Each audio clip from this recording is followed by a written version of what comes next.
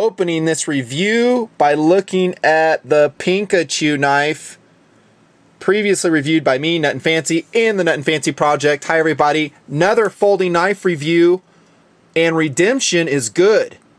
When I identify certain issues in a blade that are subsequently corrected with different models or variations of the same blade, I'm stoked, and I'm more than happy to do another review and let bygones be bygones.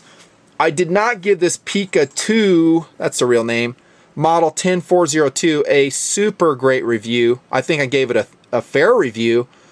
A couple issues that kind of sunk it for me with the low likability rating on my nutnfancy likability scale, subject to change always, but is the deployment issue. It is a hard blade to bring out of the handle.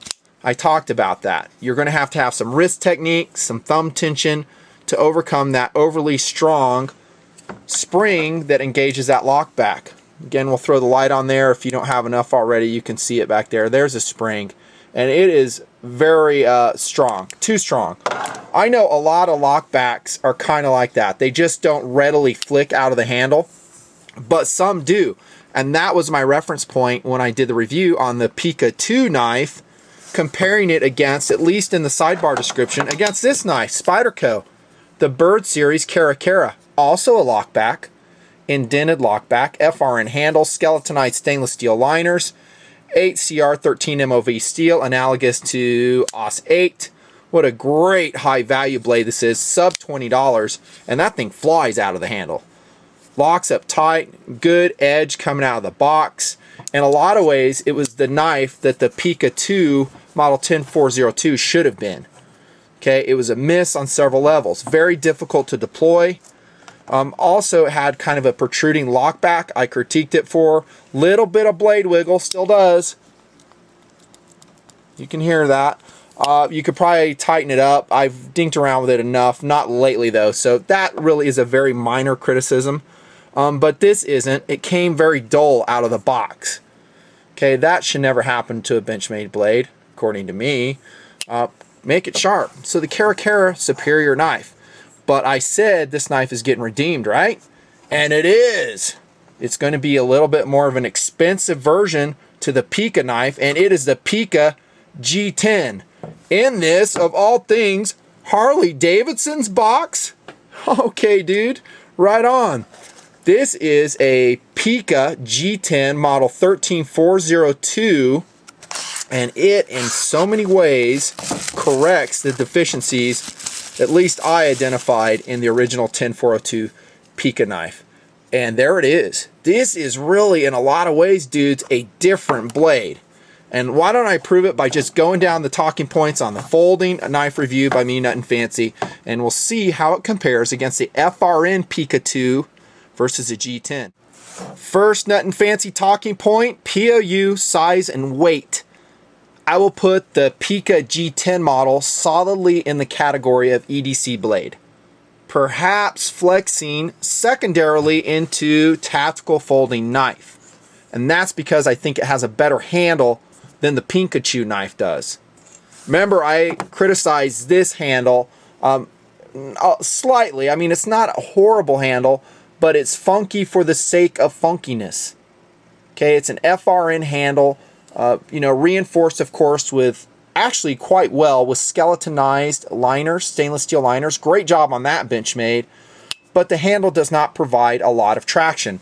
Perhaps in contrast to the Spyderco Endura Delica series. Their Volcano grip and FRN handle with the exact same design as, in other words, FRN with nested stainless steel liners provides pretty good traction, at least on the sides.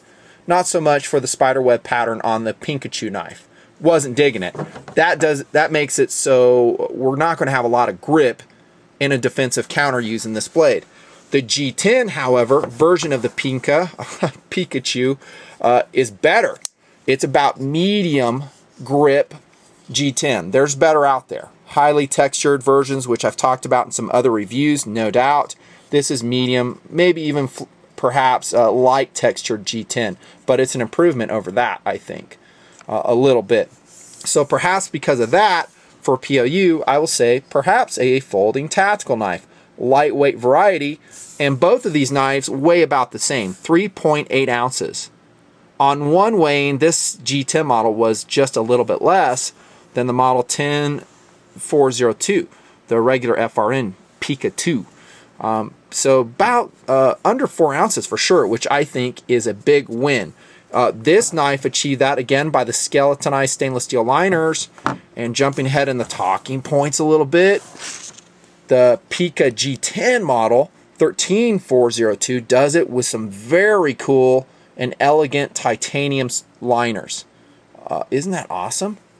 Purple, oh, I love that. I said that in the 940 series by Benchmade. I love the titanium back spacer on those Osborne knives, and this kind of has that same thing going on. Titanium, strong, lightweight, and look at the thinness that's achieved with the Pika G10 model. Much thinner, well, not much, but substantially, let me use that word, thinner than the FRN Pika model. See that? I love those thin carry blades for EDC. For everything really, but especially for EDC. Great job on that. And that's how we're achieving the 3.0 ounce carry weight on this knife. Titanium, skeletonized stainless steel. I like the 3.5 inch blade. I said as much on this review as well. I like the blade shape. I really don't have problems with the Pika blade shape. I think it's excellent. It's got great sweep, hollow ground. We'll talk about sharpness here in a second. Great tip too, for detail work, adequately strong. Anytime we get a high detail capable tip, we're going to lose a little bit of strength. Kind of an unsharpened swedge running down the top spine, and then a flat, of course, running on the side. That makes for a good looking and functional EDC blade. Yes, it could be effective, maybe cutting a bad guy too. But good job on the blade. Jumping just ahead on talking points, this knife came dull out of box, and I think I said that just a little bit earlier. The G10 model was a little bit better. So it still needed to be touched up, but it probably could be much better, and most Benchmades are much better. I'm not sure why that is with the Pika series. I know they're overseas produced knives, kind of like the Red Class built in Taiwan, both the G10 and the FRN version. But come on guys, let's do a sharp blade out of the box. Again, the birds do it. Spyderco does it for the most part. I have seen one or two that weren't great.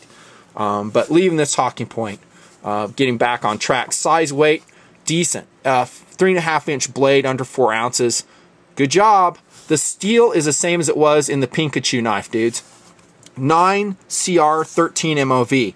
This is analogous. Again, I'm not the end-all steels expert. You know that.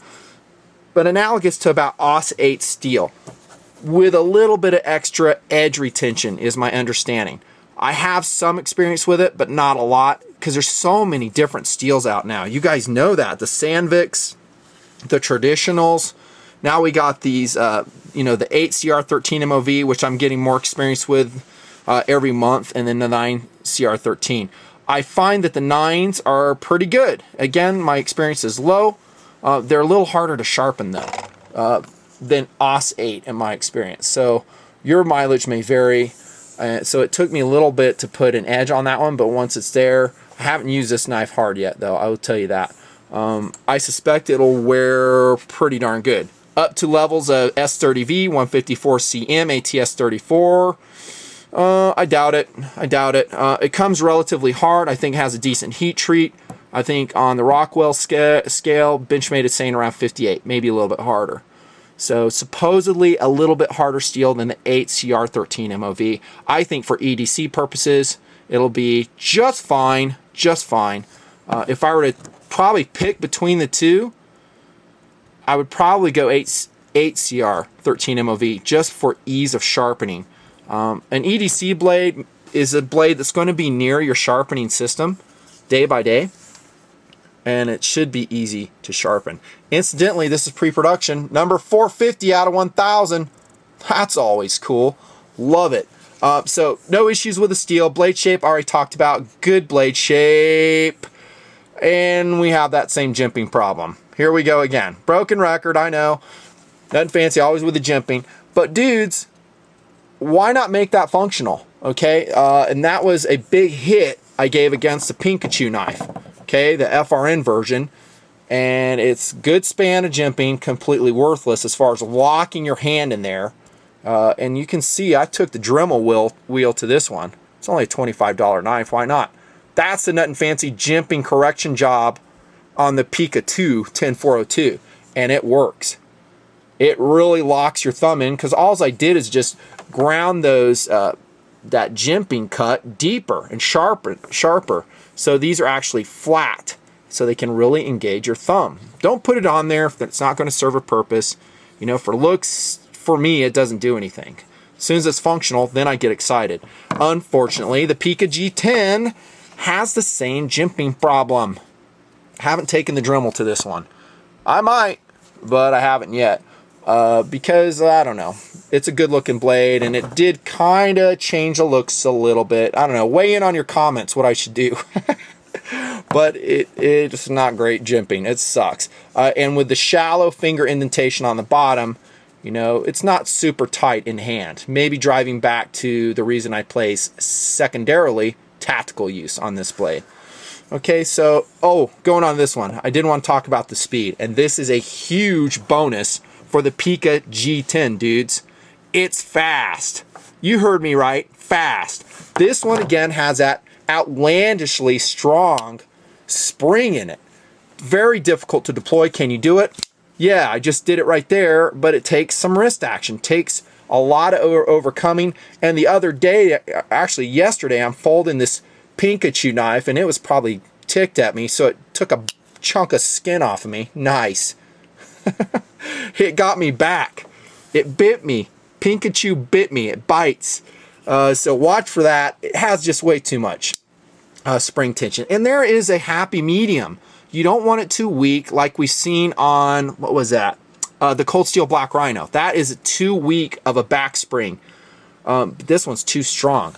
Again, the Pika G10 13402 gets it right. This blade, for a lockback, comes out readily, very fast, and the lockup on this one is tight. There's no movement up and down, side to side. Pika G10, I don't even know if they ever watched Nothing Fancy videos. I highly doubt it, but if they did, they corrected some of my big gripes on this blade right here. And it retracts just as easily. For a lockback, lightning fast. Lightning fast. So great speed. The 14mm unbeveled hole you see there is a nice way to bring the blade out. Not that it's original, as we've seen in like our friends at Spyderco, and they invented it, but it's big enough to use even with gloved hands. I tried it, so good job on that.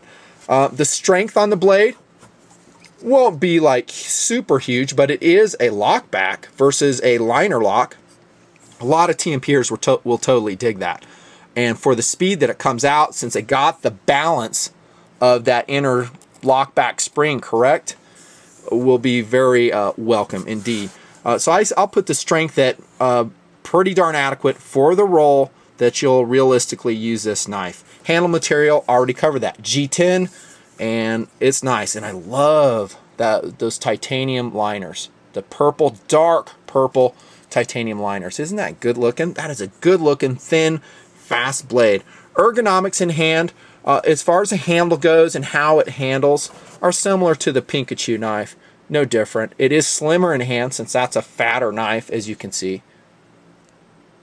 I guess it is substantial. I was thinking it wasn't, but you can see there is a substantial width difference between the Pika 2 and the Pika G10 on the left-hand side. Ergonomics could, of course, be improved by the correction of that aesthetic-only jimping, no doubt. And the hole is fine. The deployment hole is fine. And I was thinking ahead to the clip. The clip is not super strong. I learned that. I don't even know if I identified that in my review. And remember, my reviews are snapshots in time.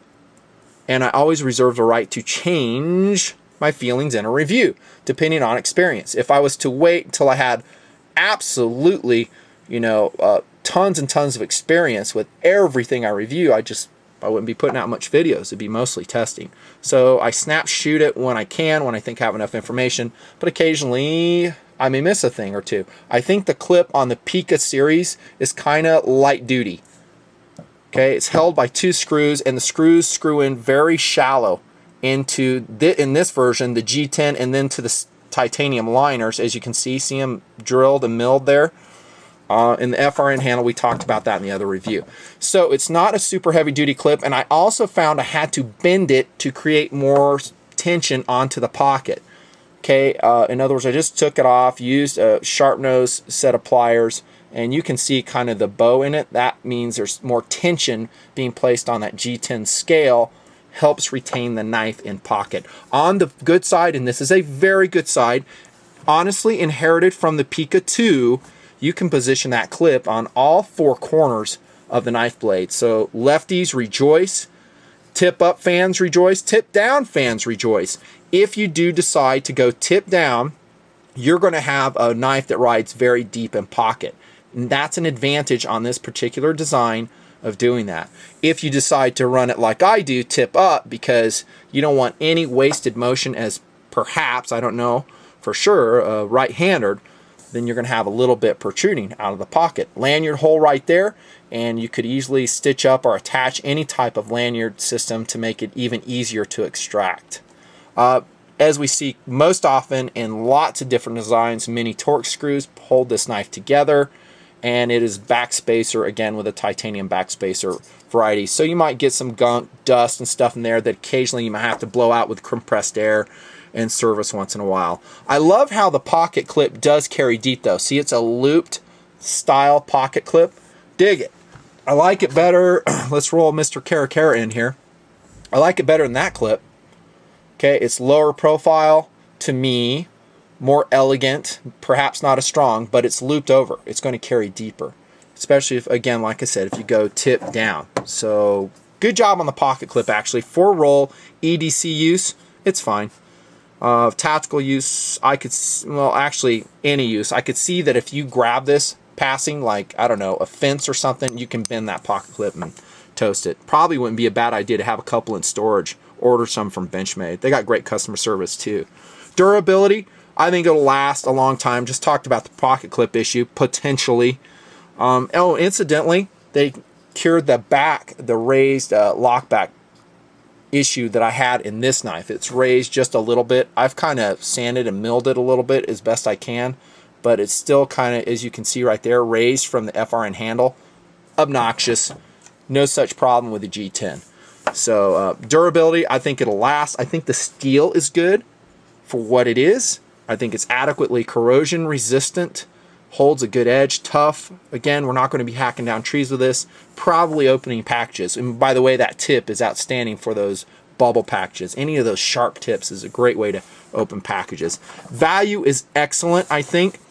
It's kind of new to the Benchmade line, and I haven't seen it on a lot of websites yet. And I'm talking about the Harley Davidson. Will they stay with the Harley Davidson motif? Don't know. It's kind of cool. It has obviously the logo there on the blade. Honestly, I can take it or leave it. I don't mind it. I don't need it either. Fitson probably digs it. But how much will this knife go for? I'm going to ballpark it for around $50. Okay, so it's going to be about double the price. Again, this is just a snapshot in time of the FRN Pika 2 model. Is it worth it? nutnfancy says yes, totally worth it. Because value means serviceability. This knife only costs around $25. True, actually more like $23, I think, but who's counting? But I hated carrying it. Okay, if I hate carrying a knife, what does it matter what it costs? I don't like how it comes out. Okay, it's a showstopper for me. That's why I rated it so low on likability scale. The other problems were somewhat minor, but dude, I mean, when you can't get a folding knife to come out readily, that drives, it's kind of like a car that its motor doesn't work to me. So yeah, $23. If they corrected the spring problem on this, I would like the knife a lot better. Maybe they have. This is, again, a little bit dated, and I'm almost tempted to send it back to Benchmade. Just say, dude, Can you fix that? They probably wouldn't dig that I did that, though. They probably go, you've changed the knife, forget it. Value is good for the Pika G10 if you can get it for around that price. If it flexes up to around the $70 price point, maybe $65, I still like it. I really do. This is cool. Second type of cool. It's wicked. It's good looking, thin G10 handle, good blade shape. Never had issues with the blade shape. So the cool factor is pretty high with the Pika G10 model 13402. But hopefully you can find it for around 50 bucks. If you can, I say snag it. I will enjoy using this knife. I will. Should I use it with that on the blade? I don't know. 450 out of 1,000. That's kind of collectible when it has that. That's another reason I haven't ground that the spine up yet. So I'm thinking about it. And I might turn a few blades to keep it. But cool blade. I love it. Love it. So that is the Pika G10. It is a winner over its sibling, the Pika 2 model 10402. Comes out fast, locks up tight, thin, lightweight, deep carrying clip, purple titanium liners. It's wicked. Big hit. Nice. Nut and fancy.